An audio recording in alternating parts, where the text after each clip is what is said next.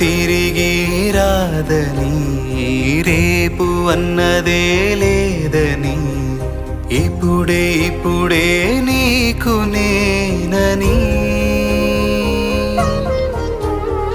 గతము తిరిగి రాదని, రేపు అన్నదే లేదని, ఇక్కడే ఇక్కడే నాకు నువ్వని.